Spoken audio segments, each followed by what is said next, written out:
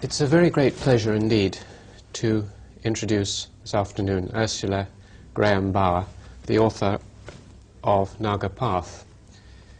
In the long history of great women travellers produced by Great Britain, one of the most notable is Ursula Graham Bauer.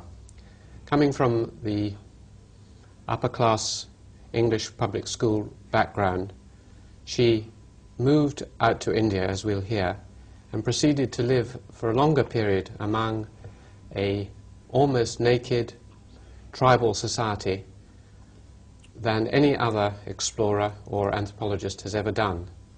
She proceeded to fight against the Japanese and to record her memoirs in several books and articles which have sold very widely indeed. Her life story is one of the most intriguing and extraordinary of this century, and I would like to introduce Ursula Graham Bauer, whom I will ask her first question, which is, Ursula, you were brought up in England, and where did you go to school? I went to Rodin because I very much wanted to go to university and to read archaeology, which was my original love. But unfortunately, I made the grave mistake of reaching the sixth form in the middle of the major slump. And when it came to the point, there was not enough money to send both my brother and myself to university. So he went. And then how was it that you made the extraordinary jump from presumably London to Assam in the Naga Hills? Well, it was very largely an accident. I was kicking my heels at home in Kensington, which is not what I might call a terribly exciting area for a young woman of rather adventurous tendencies. And I managed to vary it a little with a little fun in the mountains in Skye, where I did a great deal of walking, and a little archaeology. And then in Skye, again quite by accident, I met a very nice Scottish girl called Alexa MacDonald. And it so happened that she and I went out with the local crofters mackerel fishing very late one night on Loch Torrin, Loch Slappin it was, underneath the Blavan Range. And I shall never forget that night. The water was like black glass, not a breath of wind, huge back mountains towering over us, and an enormous full yellow harvest moon, and half a dozen dinghies out, and we were hauling in mackerel by the bucketful until midnight. Well, the upshot of it was that we became friends. We kept in touch after we both returned to London, where we lived. And then, much to my surprise, that autumn, it was 1937, I got a letter inviting me to go out and stay with her in Manipur State in India, where she was keeping house for her brother, who was president of the Manipur State Durbar. He was in the ICS, and she would like a friend to stay with her for the winter. So, of course, I jumped at this. I may say I thought of India entirely in terms of the Taj Mahal and Delhi. And after a rather terrifying journey, because I spoke no Hindustani at all, I got to Calcutta and had an even more terrifying journey up to Assam, which involved the train, and then changing onto a steamer and getting off the train, and finally making the crossing of the Brahmaputra at Pandu, and going up the railway to Dimapur, where Alexa met me with a motor car. And we started out into thick jungle, really thick, low country jungle. Huge walls of great straight trees on either side, all straining up for the daylight, and creepers and things tangled in between. I was fascinated. I'd never seen the like of it. And then suddenly the road began to climb, and it was just zigzag, zigzag, zigzags the whole way, right up, up and up and up. And there were streams and cliffs down to the right of us.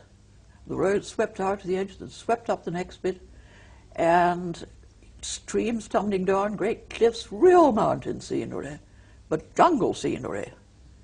And we went on and on. Then we came clear of the low-ground forest, the thick forest, the real jungle. And we came up into much more open country, but still mountains, still climbing. And we'd done, I suppose, about 40-odd miles. We must have been about the 44th mile, when we came round a corner, and walking down the road towards us were 4 men. And I took one look at them, and something hit me. And I said, "Lexi, for goodness sake, who are those?" And she looked very surprised. She said, "Nagas." And I thought, Nagas? Just about, of course. And I could not think. It went clean out of my mind. What did I know about Nagas? Where had I seen Nagas? And I don't know what it was. It was real déjà vu. But it just disappeared as soon as it had hit me. And they were Angamis, all in full fig, wearing these short black kilts with bands of cowrie shells, and bare torsos with great strings of beads. Just one look and they were gone. And I was left with my head fairly going round, wondering what on earth had happened to me. I knew Nagas. I was certain I knew Nagas. Nagas were Nagas. I just didn't know where I was. And then we came out at the top into Kohima, where we had breakfast, and I looked out over that country, and once again the whole thing seemed familiar. It belonged. But how, I just do not know, and I've never found out from that day to this. Well, then we went on. This road was single track then. One had pauses at gates like a single track railway, where different convoys of traffic turned over. Then we went on down and over the top at the pass at Mao on the Manipur-Nagaland border, and then down and down and down until we got to the flat plain of Imphal, which was something very different.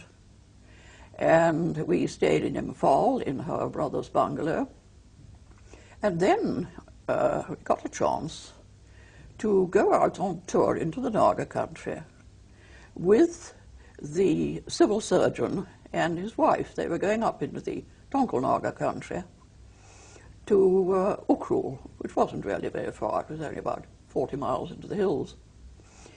So off we went, and we duly got to Ukrul, and the further I went and the more I saw of Nagas, oh, frankly, the more hooked I got. This is my place and I belong here. And we spent a few days in Ukrul and then turned around and came back again. But that had really put the match to the train.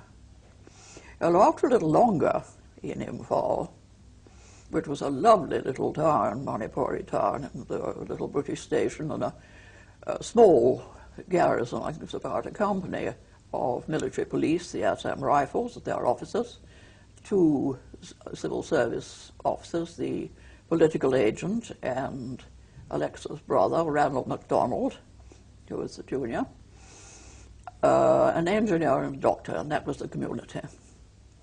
Well, we got a chance to do an even longer trip the other way, westward, with the civil engineer who was going out to inspect the roads and bridges. And so we set off. This time we were going into different Naga country and much more jungled, less open country. The eastern side towards Burma is considerably more open, and there's quite a lot of pine wood, more grass and more pines. But as you go westward, you get into much more jungled country. And the next lot we came to were the Kabui Nagas. They are, as I know now, one of three closely related tribes, the Kabui, the Nzemi, and the Liengmi. Part of the Zemi and part of the Lieng are up in the borders, or on the borders, of Nagaland and North Manipur, and the Zemi are in the adjoining district of North Kachar, and the Kabui were in Manipur south of that. So we went across the Kabui country, and little did I know when we went across there that I was to know those people again in very different circumstances during the war. That's another story. We went across this country, and I should explain that all that country, as anybody who was there in the war can tell you, is like walking across a piece of accordion pleating, with most of the accordion pleating anywhere from 3,000 to 4,000 feet high. And the valleys go down to about 800. You take an awful lot of exercise. And we traveled on foot, of course, with porters carrying the baggage. Carrying that stick, actually. Yes, and here it is. This, my faithful walking stick. How many miles is that? We down? reckon about 30,000, at least. It came from Skye on my adventures there. Started on the Skye Mountains, came from Conister and North Skye, and cost me 7 and 6pence. And of course you can't walk in that country without a stick. And we went clean across, then we came to the Barak River, which is the main river of those parts. Again we went through somewhere I was to see again. A place called Tanning Long, where there was an Assam Rifles post, a stone fort, which was intended for defense against tribal attack.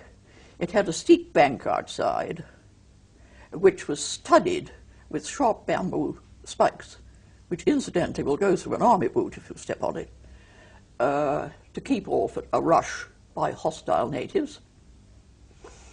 And I did not realize at the time that in May 1944, I and my coadjutor or co-criminal, a subaltern called Bill Tibbets, were going to command that place.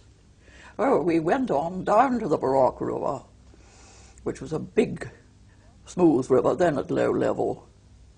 Lovely green water, thick jungle, arches of bamboo of every possible color. I've never seen so many greens. Grey rocks and bits of rapid and huge pools. Well, of course, the whole point why any officer went to the Barak River was to fish. It was most magnificent fishing. So we fished our way downstream for a week.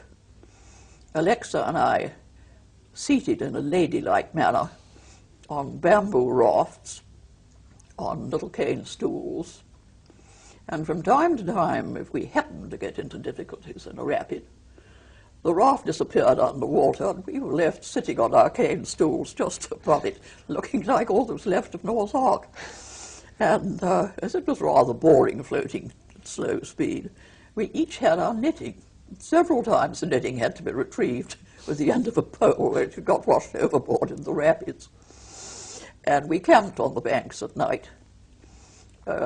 It was full of game. We got off on an island once just to have a walk. And our escort, the engineer, who was a little further down on his raft doing a few casts, called out to us and said, "I suppose you know there are tiger prints just in front of you going into the grass." 2 ladies evacuated that island at very high speed.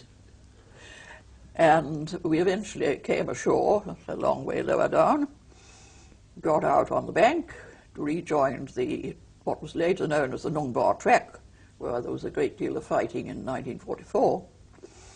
and walked out into Silchar, came back by the very picturesque hill section railway, which later on again I was to know very well indeed, and so back by rail and up this mountain road by lorry and back to Imphal.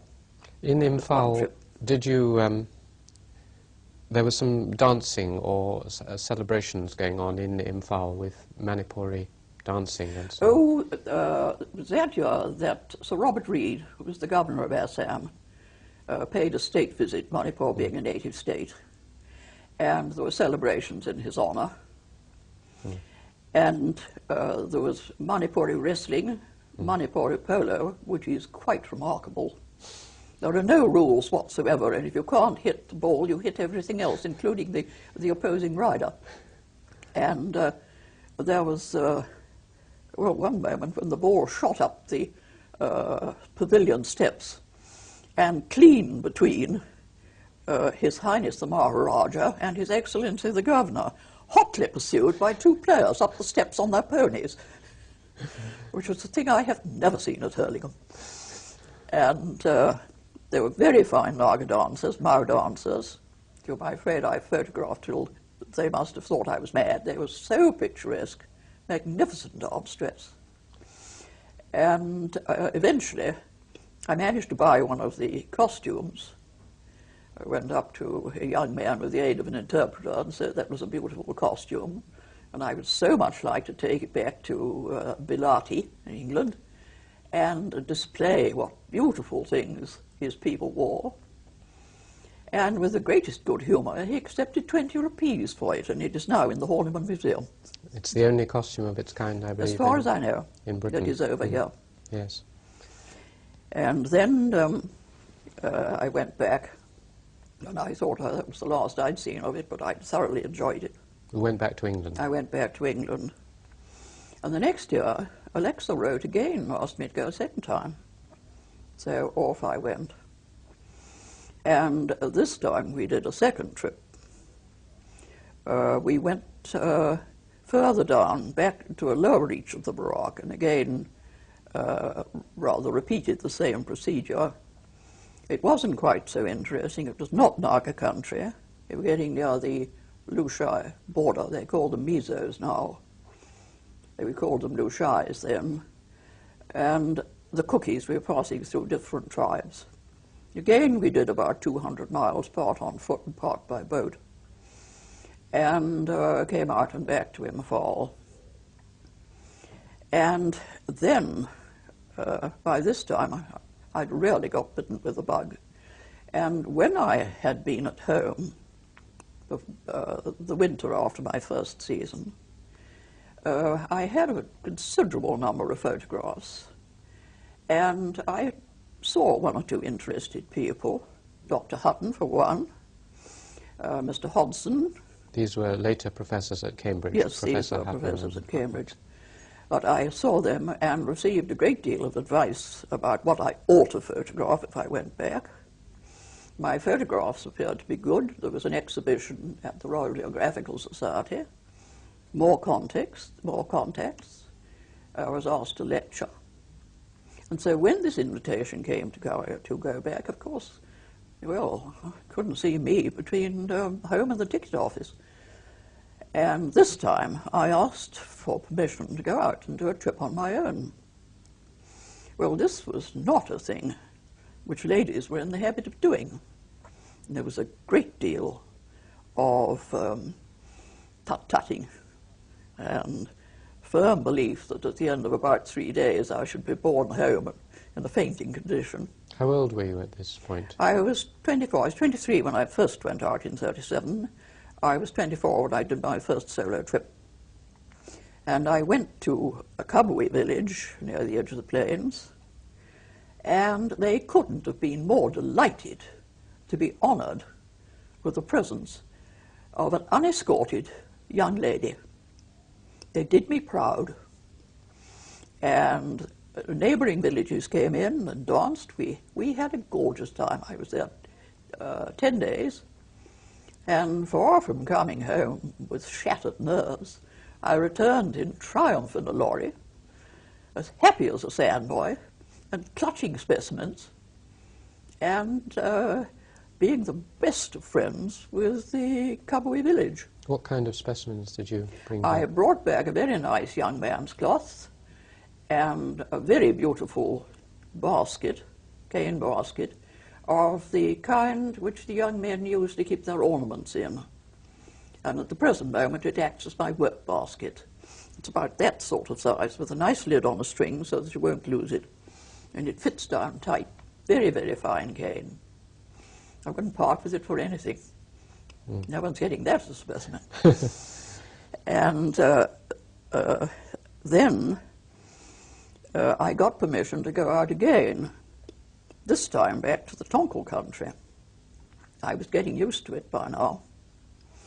I went up to Ukrul, not only to Ukrul, where I had been with the civil surgeon and his wife, but right up beyond,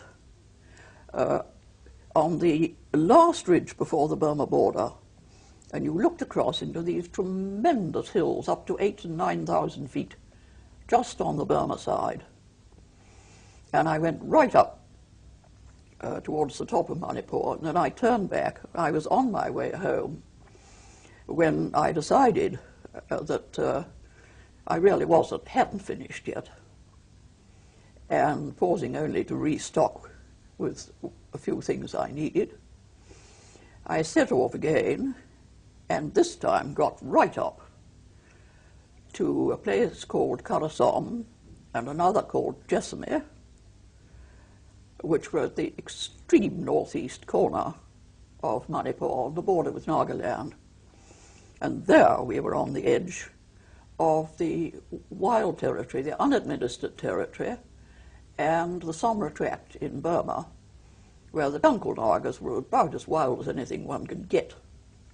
In fact, while I was in one of the villages there, word came in that Samra village itself had just taken the heads of 3 Manipuri traders who had rather rashly ventured into there. These were headhunting peoples, were Oh, they? very much so. Unadministered and still well at it. Why did they headhunt? It's always been puzzling. Well, it's always been a custom, as Dr. Hutton has pointed out. If you come home with a head, you know the rest of the gentleman is not looking for you. But there is also, what I'd call, a religious feel to it, that the soul is supposed to reside in the head, and the mana in that head and that soul, that's the power, isn't the it? power, is transferred through various ceremonies to the village which has taken the head. There is another point, of course, that it proves a man as a warrior. And until in the unadministered villages and in the old days, no man could marry who had not taken a head or taken active part in a head hunting. So, of course, there was considerable enthusiasm among the young warriors. Yes. But that, I think, has now been very firmly stopped. But it was still going in the unadministered territory when I was up there. So you were on the edge of a headhunting area, Oh, yes. miles from Imphal, We were 80 miles from Imphal. by yourself. Then you turned round, presumably, and had to go back to... Well, I'd reached the limit of Manipur. I turned round and had to go back. I couldn't go into Naga Hills, which, of course, is quite a different area. And so I came back by a different route. And the Tonkels were extremely nice. They were all very, very good to me, always courteous, always helpful, always friendly, and always very pleased and very honoured that they had been privileged to be trusted with a young British woman entirely on her own. And I never did I have a piece of rudeness or unpleasantness, except, I regret to say, at the village called Jessamy, which was the last one before you got to Nagaland. And there some antisocial or unsocial character tried to put black magic on us. As a matter of fact, they had had a spot of trouble with the government about 1890, Perhaps his grandfather had told him. But it upset the elders very much when I complained. The village headman was so shocked and upset that he retired into my cookhouse and actually cried. How did they try and in what form was the black magic? Well, I looked out of my hut. It was a bamboo hut camp. And I saw my staff standing near the village gate, obviously in a state of consternation over something. So I wanted to know what was the matter. And they pointed, and lying outside the gate was a small bamboo basket with an egg in it. And sitting on top of the egg was a small piece of lint with dressing on it, which I had obviously put on somebody's sore finger this morning, because everywhere we went, it was very badly needed. We carried medicines, and I knew enough to be able to do a little simple medication, quinine and dressing wounds and sores and that kind of thing, for which they were very grateful. And somebody had been up and got this, and this was black magic with malignant intent. So I complained to the headman. He burst into tears with shame. And I heard afterwards from some of the tonkals I knew that they made inquiries, trying to find out who did it. And nobody could find out. And they resorted to a very old Naga custom to deal with this sort of situation. They got hold of a banana stem, put that in the ground in the middle of the village. The village elders went round and rounded up simply everybody. Everybody. They counted the lot. Men, women and children. And the banana stem represented the culprit. Everybody present was required to curse the banana stem, curse the culprit. The men hacked at it with dows. The women and children spat on it and cursed it. And the elders made sure that every single person did it. And they were then quite certain that the culprit would die within 6 months. And I was subsequently told by tonkal friends that he did. The culprit, the man they suspected, died. Which was interesting. Mm. So Jasame was the one uncourteous village. Well, only one person. All the others were all the other villagers seemed perfectly friendly. Mm. How did you manage with the language? Because I had an interpreter. Who spoke English? Well, I had part of the time a medical assistant from the hospital, but he had to return to fetch further supplies. And meantime, I got along in rather kitchen Hindustani with one of my servants, a Kabui cook, and we managed that way. But later on, when you were there for a longer period, you learnt the native tribal that was language. after I moved. I moved from Manipur round into North Kachar. I went to see Mr. Mills. Perhaps we better take you back again. You went back to Imphal, Went back to Imphal. and then back went home. to England. Yes. This was in 1930? 1939, April 1939, I went home. And so you were in England when the war broke out? Yes. And you presumably thought you would never get out to the... Well, I was in the London ambulance anyway, so I reported at 4 in the morning to my station. And, of course, it was the phony war. And both Alexa and I, she was also in the ambulance, after 2 months, we were both getting very tired of knitting interminable jumpers and waiting for a siren that never came. So I decided I was going back to get on with my job. And she also decided she was going back to India, that she'd been offered a post in Delhi. So we went back. What did your family think about you going out to this remote area? Well, I think they'd got a little resigned by that time. Had they put up any objection earlier on, or...? No. No, I think they just decided that I'd gone clean off my rocker, and it was no good. They might as well let me go. I was going anyway. They also perhaps thought there were some eligible young soldiers. That was part of my mother's idea, I think. out there. Because Yes. one of her friends remarked when she was buying me a return ticket, "Oh, my dear, but you never buy a girl a return ticket to India." Well, I had to use mine. So each time you came back, there was a slight frisson of disappointment from your mother. She got a rather sad look. Anyway, so you went out during the war. I went out in December in convoy, and then found that I couldn't go on in Manipur itself. And so I went to see Mr. Mills, who was Governor's Secretary. He was the great authority on He the was Naga. then he was director of ethnography and in charge of all the hill areas.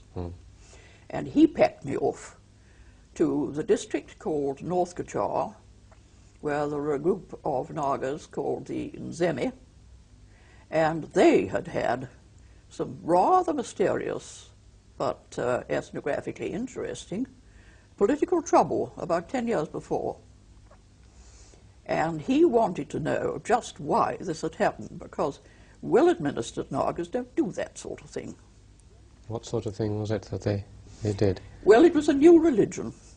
It had started among the Kabui in a village which I had actually visited earlier. A man called Jadunang set up a new religion which was a wonderful mixture of paganism, Hinduism and Christianity, with a sacred python just to top everything off. And then they decided they would have a human sacrifice. And they managed to bag 4 Manipuri traders who were going across country to the town of Silchar in the plains. And relatives inquired after them. No one could find any sign of these unfortunate 4 men until a Kabui buck went to a party at a neighboring Kabui village, got rather tight, had a quarrel with another young man, and shook his cloth at him, his gala cloth, and said, "If you don't shut up, I'll do to you what I did to the Manipuris." It happened. There was a government official, a road overseer, within earshot, and he went straight back to Imphal and reported the matter. So out came the political agent with an escort and discovered the temple. And after a little excavation, they found what was apparently what was left of the Manipuris. And the ringleader, the founder of the religion, Jadunang, was tried and executed for murder. But his priestess was a young girl of about 15 called Gaidi Liu. Well, he thought she was too young to arrest, so he gave her a good scolding, sent her to the custody of her family, shot the python, and left. Whereupon Gaidi Liu, who was not as innocent as he had thought, lit out for the north, spreading the gospel wherever she went, and rousing the Nagas. Well, they had a grievance, as a matter of fact. And she roused them, not all the villages, the Nzemi among whom she arrived, were divided. A number of them were utterly against it. A number of the less reputable characters decided to worship her, and did. She was thought to be a goddess, She was thought to be a goddess. And she left a trail of havoc and trouble right through the hills, including a very rash village called Hangrum. She told them that she had put magic on the rifles of the small garrison of Gurkhas there, so that the bullets were water and would hurt nobody. Well, the Gurkhas very sensibly had taken away all the spears in the village. So Hangrum charged them down an open slope at 50 yards range, armed with bamboo spikes, with sharp bamboos. Gurkhas opened fire with the kind of results you might expect. Why they only killed 11 of them, heaven only knows. But anyhow, it was an unmitigated disaster for Hangrum. And it left a legacy right through the hills of dissension and fear. Half the tribe was anti-Gaidi Liu, the other half continued to worship Gaidi Liu, right up to my day. when I was supposed to try and find out what the grievance was. That's why Mills sent me there. Were there symptoms of millenarian There were indeed. cults? They destroyed all their grain, including the seed grain, because she told them that plenty was going to arrive from heaven and they need not worry anymore. Well, needless to say, it didn't. And they were in very grave trouble. And I think a lot of them wished to heaven they'd never heard of her. And she got away into the Naga hills and was eventually captured within about 30 miles of Kohima and was sent down for 14 years for aiding and abetting murder. And she was still in jail when I was there. Well, she had told her followers that she would return, even if they had captured her, it was only her shadow, she would return in a shape in which her enemies would not recognize her. Well, it was most unfortunate, but apparently there must have been some resemblance. We were about the same age. She was tall and rather strongly built, and one of her more lunatic followers decided I was the reincarnation. I didn't know this. And half the population appeared quite suddenly to go stark, staring mad. They were rushing at me, clawing at my clothes, worshipping me, calling me goddess, mother. And she complained when she was arrested that she was very glad because now she could have a bath, because they would come and worship her when she was trying to have a bath and she couldn't. Well, exactly the same thing happened to me. I was having a bath, which was supposed to be sacred, nobody near my camp, my hut while I was doing it. And in strolled a vague elderly old gentleman holding a chicken in a basket. Well, I at the moment was standing up in a canvas tub. I hadn't even got a bath towel. My only weapon was a cake of soap. And I threw it at him and scored a direct hit. And my yell of rage brought my interpreter running, by which time I'd got a towel. And the old gentleman was hustled out in no uncertain fashion, and I went out and retrieved the soap because I hadn't finished. And after a great deal of harassment, I found out what was happening and made it very clear that I was, well, as a matter of fact, I went first of all to see Mr. Mills and confessed this to him and thought he'd throw me out straight away.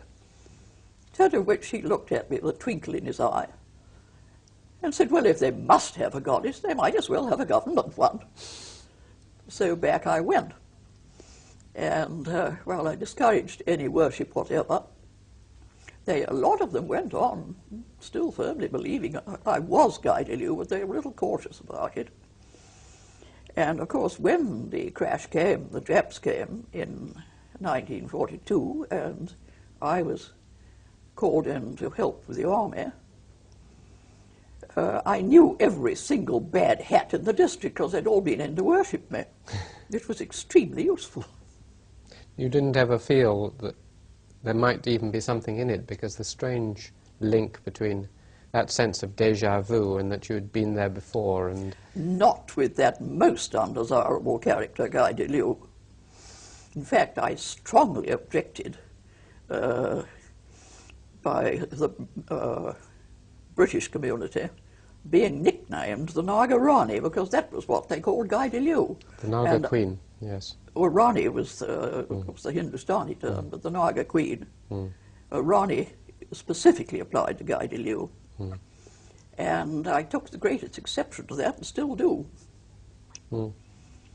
She's not a lady I should care to be identified with. So you went back, and on Mills's advice, you went up to live among the Zemi. Yes. I went up, I had a reconnaissance, and decided that the best centre to settle in was a village called Lai Song, which was at the centre of communications. It was 30 miles from the nearest township, which was half long, and built a camp there and settled down. And I arranged with the village elders, as otherwise I should not be able to see the ceremonies in the village, that I should live inside the official village perimeter.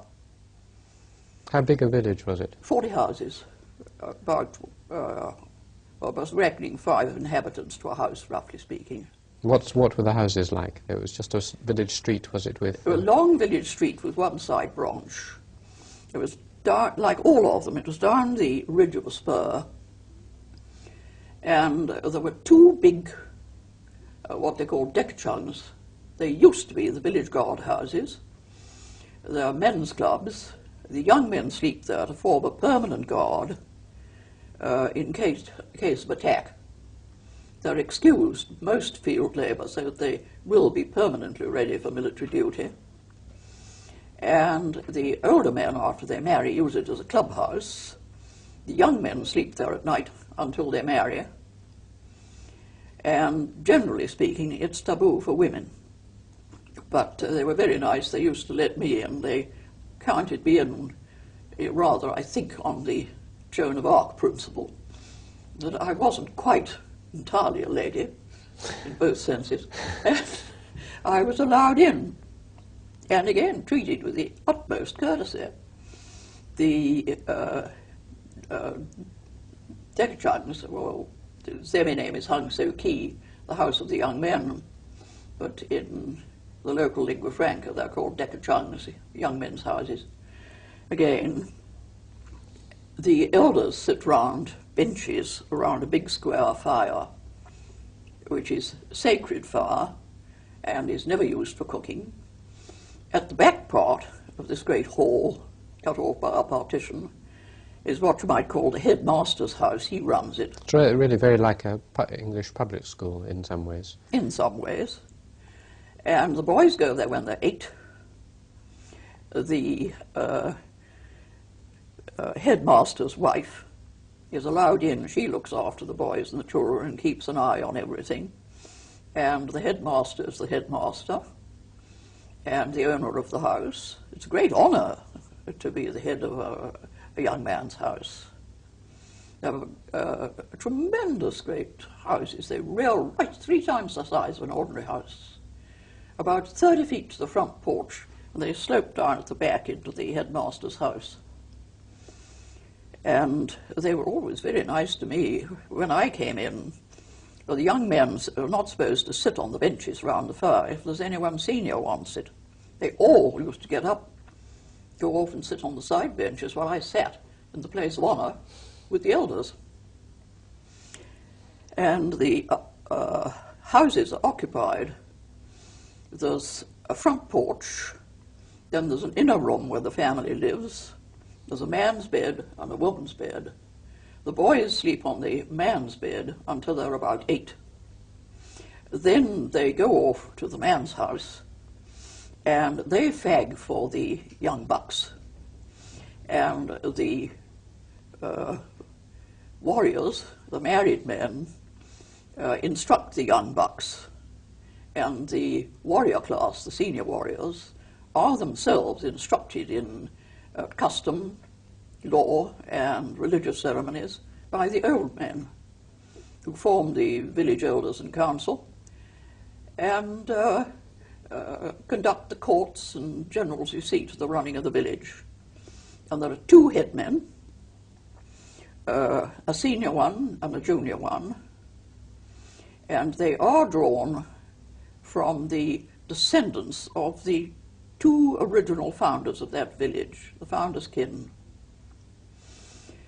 The senior one is nearly always of what they call the Nriame group, and the other one of the rather smaller group, the Naomi. And unless they had those 2 groups, they could not intermarry, because the 2 are not supposed to intermarry at all. At least, of course, they do. But a Nriame man must marry a Naomi wife, although her mother will have been of the other, the Nriame. Because descent is through the male. Descent is entirely through the male. Yes. So you decided to try and actually be part of the community and live I with had to be if I was going to see everything that was going on. But they said that if I did, then I must conform to village law and custom and not exercise, well, not too much, my privileges as being British. Actually, they were extremely reasonable about it, and their laws were very just and no trouble to live by. What things weren't you allowed to do that you would have done if you'd not been in? Nothing. They made a great many concessions for me. The only time we came up against it was when one of my dogs killed somebody's duck. And ducks were not very easy to come by, and he was rather upset. So I offered compensation, but this was firmly refused because it is entirely against village custom to have any sort of suit or compensation against somebody else in the village. It's against the rules, and so I couldn't repay him for a dead duck. What, you didn't actually think of living in one of the extreme would have been to have lived in one of the houses of one of the Zemis, but Oh, no. that would have been too difficult. That would have been too much altogether. Though I have frequently been put up, or during the war, very frequently put up in Zemi houses because there were no camps. They were very good about our party putting us up. What was the most striking thing, if as an outsider, when you first walked into a Naga village, perhaps not a Zemi one, what struck you most about it? Well, first of all, the people and the costumes and their looks, and then the houses, the set out of the houses and what they looked like. Of course, they were different if they were tribes, so were the clothes. And one gradually got more and more and more used to it, though you kept on noticing the differences as you went from one group to another. But after a while, of course, one got to look out for them and notice them. What was most striking about the Zemi looks, the physical looks of the Zemi themselves? Very, very fine-looking people. Their clothes, the married men didn't bother to dress up very much, but bucks in gala dress had to be seen to be believed. What was it like? Well, short black kilt wrapped round the hips, usually tied with a white belt which hung down in front, white cotton belt. Masses of beads and necklaces, a very handsome white cloth with borders rather that colour and rather brighter. Sort of orangish colour? No, it was a bright pinkish red. That has faded. That is a native dye and it's faded. And it had this pattern on it, which is flying swifts. Flying swifts, yes. They regard swifts as lucky, and they build little fans underneath the porches of the Decachungs for the swifts to nest on. Because they say they are lucky, and the sound of their twittering on their nests is pleasant to hear. And one of the sights in the evening were the clouds and clouds of swifts flying over just before going to nest at sundown. That is a woman's skirt. That was mine. I wore it. Have worn it before now. I haven't got an example of a young man's gala cloth, but it's not unlike that, except that it has these borders and a much plainer white central strip. And it's worn in full dress. If they're not dancing, it's thrown over the shoulder, carried like a Highlander's plaid over the shoulder. And it's most impolite to appear before a superior, unless you're dancing or working, without a cloth on. Any of my men approaching me at all formally, or any of the villagers, never arrived without a cloth over their shoulders, unless there was an emergency on or they were working. What other, do they wear decorations?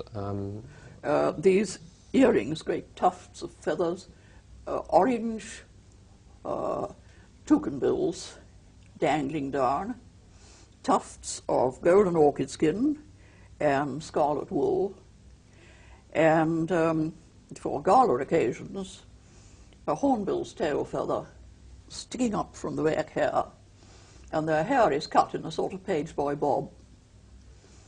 They really are most colourful.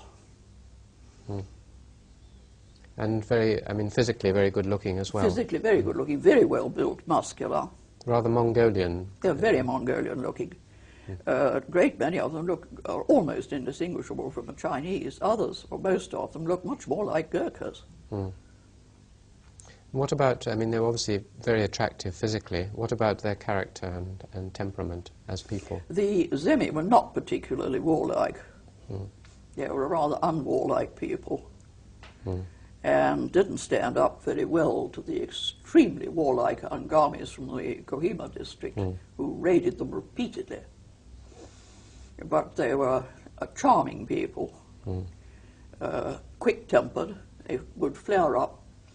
It was all over by next morning. A man you thought would never speak to you again was on the doorstep, panting for reconciliation. They were delightful people. I was enormously fond of them and came to know them very, very, very well, having lived in that village as I did for 7 years. They were very loyal and very loyal. Later on, for example, when you were involved with preparing for the Japanese war, presumably that might have strained all the old loyalties, the threat of the Japanese invasion. Did they remain loyal? They did. It was in March 44 the Japs came in. By April, we had the front line, instead of 150 miles in front of us on the Burma border. I woke up one morning to be informed we were now 20 miles in front of it, sharing a large tract of country with Japanese who were advancing towards us. We hadn't the foggiest idea where they were. And we had no troops at that moment. It was only myself and 150 Nagas armed with muzzle loaders who were supposed to be watching the tracks for agents filtering through. They were not meant to fight at all. Did they turn tail? Stuck it. They didn't turn tail and disappear, or? Far from it. When things were really at their worst, and at any moment I thought the Japs were going to be on us, we should have to get out. My immediate entourage, my bodyguard, asked for 24 hours leave to go back to their villages. And I thought, oh well, this is it. Here they go, and I can't blame them. They were never recruited for this. And they went off. 24 hours later, they were all back again. And after that, for about 10 days, we were having a most hectic time. Troops going up, patrolling going on. We were hunting for those 50 Japs. We were guiding patrols, myself included, through the paths, searching for these 50 Japs who actually had gone another way, and murdered a friend of mine who happened to bump into them, an officer coming out to join me. And at the end of the 10 days, when things had rather eased off, and we had a company of supporting troops camped down the bottom of the hill below my camp, I noticed my head interpreter was a magnificent man, Namka Boying of Impoy. Tremendous character, very fine man. Wasn't wearing his usual extremely beautiful and very valuable necklaces. So I asked him where they'd gone. And he then explained that they'd all gone home, so to speak, made their wills, arranged for the safety of their families and for their guardianship, left their best beads with their sons, and just come back with the necklaces in which they were to be buried. And I gaped at him. And then he said, well, which was the better thing? To have run away and left you, and you be killed, and to live and hear the other village children shouting after our children, son of a coward, or to come back and die with you. And he left me speechless. They'd all done it.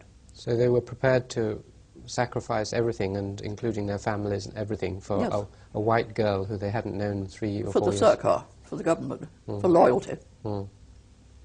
Because the whole of the Nagas, bar two, were completely loyal to the British. And there were, I don't know how many deeds of heroism. Men gave their lives in the Naga country. 300,000 of them, and only 2 turned traitor. I could tell you I don't know how many incidents of sheer blind courage on the part of the Nagas, not only in the armed forces but ordinary villagers. Did this Naga loyalty gain recognition from the generals, from Slim and people like this? Namkyar got the British Empire Medal. The other ones who'd taken a leading part received citations, illuminated citations. And since the Guy de Lieu troubles in 1930, 29-30, they had been disarmed, and muzzle-loading guns were most valuable possessions for protecting the crops from game. So the scouts, the leading scouts who had commanded these watch posts were given their muzzle-loaders and license and gunpowder as a reward for good service, and nothing could have pleased anybody more. And you yourself got an MBE, I believe. Yes. Perhaps on that point we can break just for Yes. a minute.